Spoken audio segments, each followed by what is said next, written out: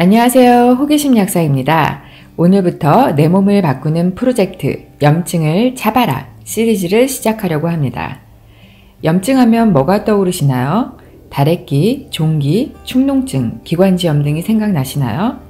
그래서 이런 것들이 없는 분들은 본인과 염증은 무관하다고 생각하시는 분이 굉장히 많습니다. 원래 염증 반응은 노폐물, 세균, 바이러스, 독소 등에 의해 조직이나 세포 손상이 있을 때 이를 회복하기 위한 방어보호 반응입니다. 혈류를 증가시켜 염증 부위로 항체와 식세포, 영양소를 총 집중해 조직 손상을 회복하는 과정인 거죠. 하지만 염증 자극이 반복되면 생체의 반응성이 떨어지면서 이런 정상적인 회복 과정을 거치지 못하게 됩니다.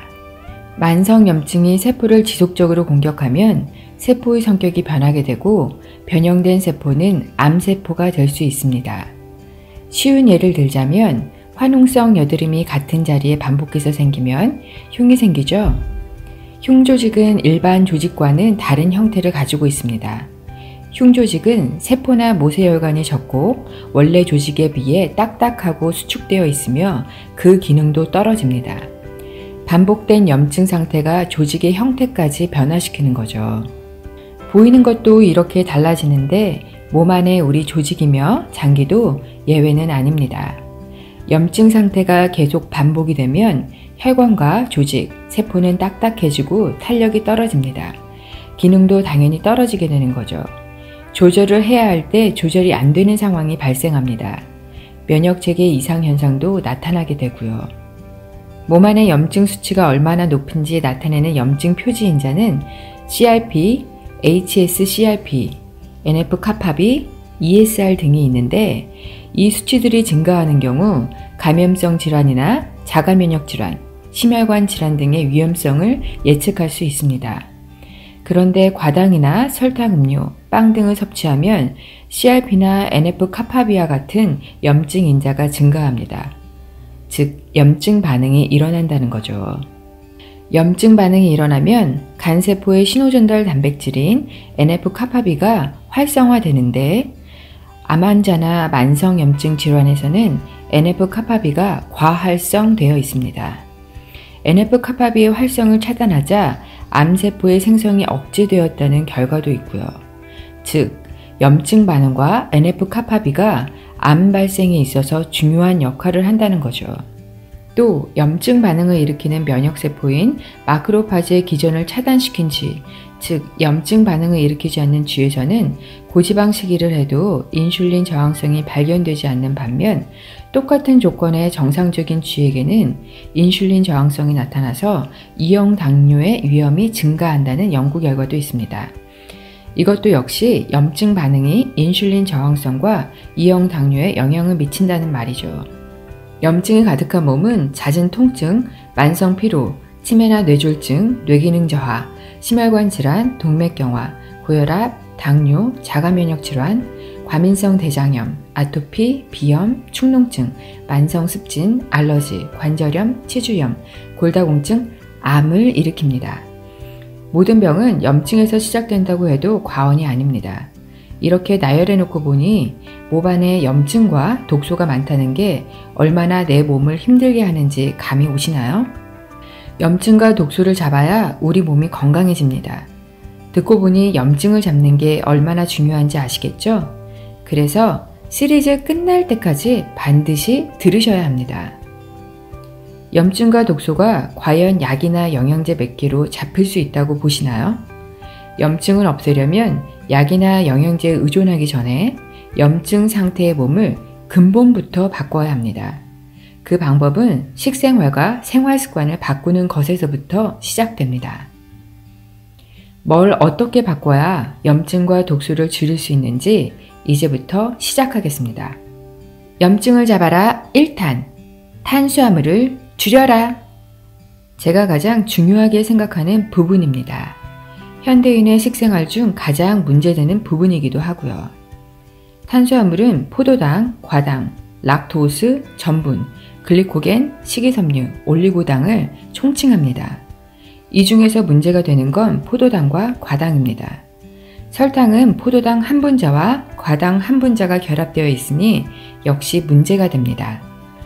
다음 표는 실제 판매되고 있는 시리얼의 자료를 토대로 한 것인데요.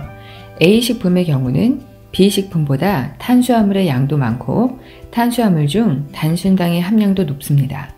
그러나 B식품의 경우는 탄수화물 14g 중 대부분이 식이섬유가 차지하고 있으며 당도 전혀 없습니다. 식이섬유는 혈당도 올리지 않으며 염증도 일으키지 않습니다. 항상 식품을 살 때에는 성분표를 참조하시고 총 탄수화물이 얼마인지, 그 중에서 당류가 차지하는 비중은 얼마인지를 따져보고 사시기 바랍니다. 과도한 탄수화물은 몸의 염증 반응을 일으키고 LDL 콜레스테롤을 높이며 인슐린 저항성을 일으킵니다. 나쁜 탄수화물은 반드시 끊으셔야 합니다. 나쁜 탄수화물은 혈당을 급격히 올립니다. 나쁜 탄수화물은 백미, 흰 밀가루, 설탕, 시럽 등이 있습니다. 현미나 잡곡밥 역시 많이 드시면 안 됩니다. 이것도 많이 드시면 혈당이 많이 올라갑니다. 혈당이 많이 올라간다는 건 피가 끈적해진다는 것이고 염증도 더 많이 생긴다는 것을 의미합니다. 항상 혈당에 신경 쓰세요. 이건 당뇨병 환자가 아닌 일반인들도 신경 쓰셔야 합니다.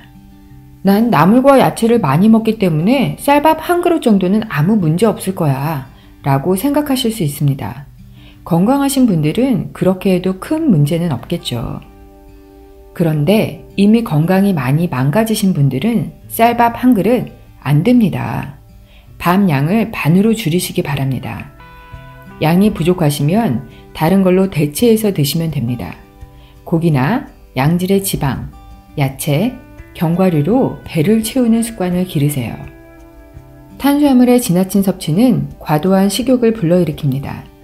탄수화물을 단기간 안에 많이 섭취하면 혈당이 급격히 높아지고 인슐린 분비를 최대한 끌어올립니다. 높은 인슐린 농도는 다시 저혈당을 가져오며 무기력증과 뇌기능 저하 등을 가져오고 이를 위험신호로 느낀 뇌는 다시 식욕 증출을 자극하여 식욕을 확 증가시킵니다. 그래서 또 과식을 하게 되는 악순환의 꼬리를 물게 됩니다. 과일도 조금씩만 드세요. 특히 밥을 먹고 바로 과일을 먹는 습관은 정말 안 좋습니다. 과일을 드시려면 밥 먹고 2시간 이상 지난 후에 혈당이 어느 정도 제자리에 돌아왔을 때 조금만 드시기 바랍니다. 과일을 드시려면 토마토, 아보카도 등을 즐겨 드세요. 특히 아보카도는 불포화 지방이 풍부하므로 평상시 좋은 지방을 보충하기 위한 수단으로 즐겨 드시기 바랍니다. 그러나 그 외의 과일은 많이 드시지 마세요.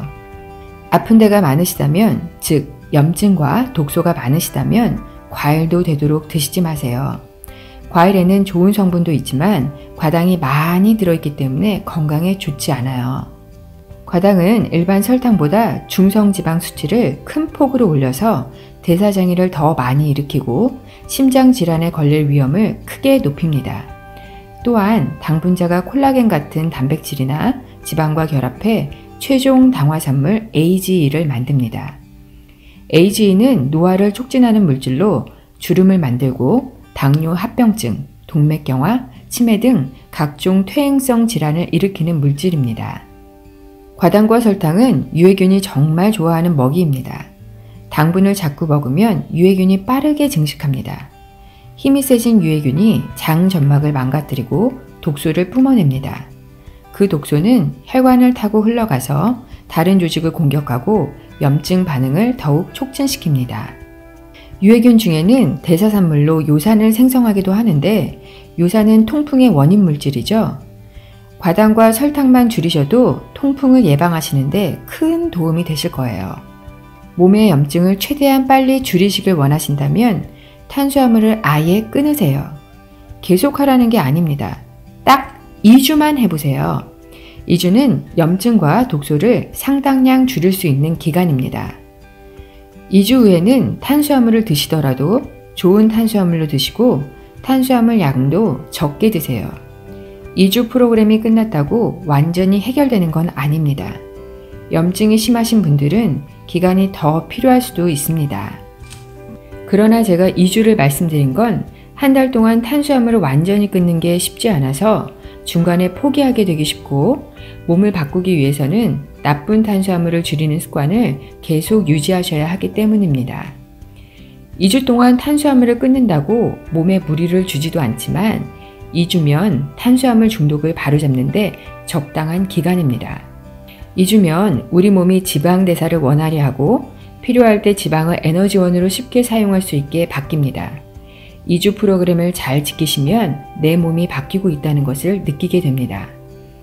물론 2주 프로그램 후에 설탕, 밀가루를 자주 드시는, 즉 건강에 나쁜 고탄수화물식을 한다면 다시 원상복구 되겠지요.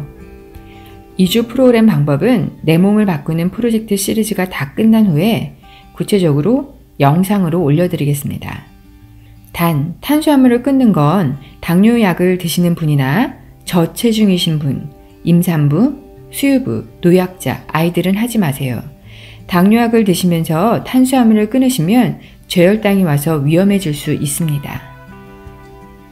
아이들이 아토피나 알러지 질환이 있다면 일단 설탕과 밀가루를 완전히 끊으세요. 시판되는 요구르트나 주스에는 설탕, 포도당, 과당이 많이 들어있기 때문에 반드시 끊으셔야 합니다. 집에서 직접 갈아 만든 과일 주스를 먹이신다고요? 갈아 만들었다고 해도 과일 주스에는 과당이 많이 들어있을 뿐만 아니라 흡수도 빨리 돼서 혈당의 급격한 상승을 가져오므로 먹이지 마세요. 탄수화물 양을 줄이시고 좋은 탄수화물로 바꿔 먹이시고 해독 주스만 먹이셔도 우리 아이의 몸이 달라집니다.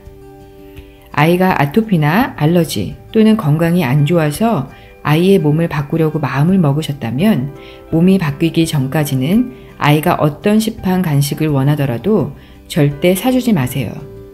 이게 모진 게 아닙니다. 아이의 건강을 생각하는 것이 첫 번째 부모의 할 일이라고 생각합니다. 다시 한번 말씀드리지만 영양제는 보조요법입니다. 만성질환이 있으신 분들은 약은 증상만 잠시 좋아지게 할 뿐임을 명심하세요. 약을 끊자마자 다시 증상이 발현됩니다.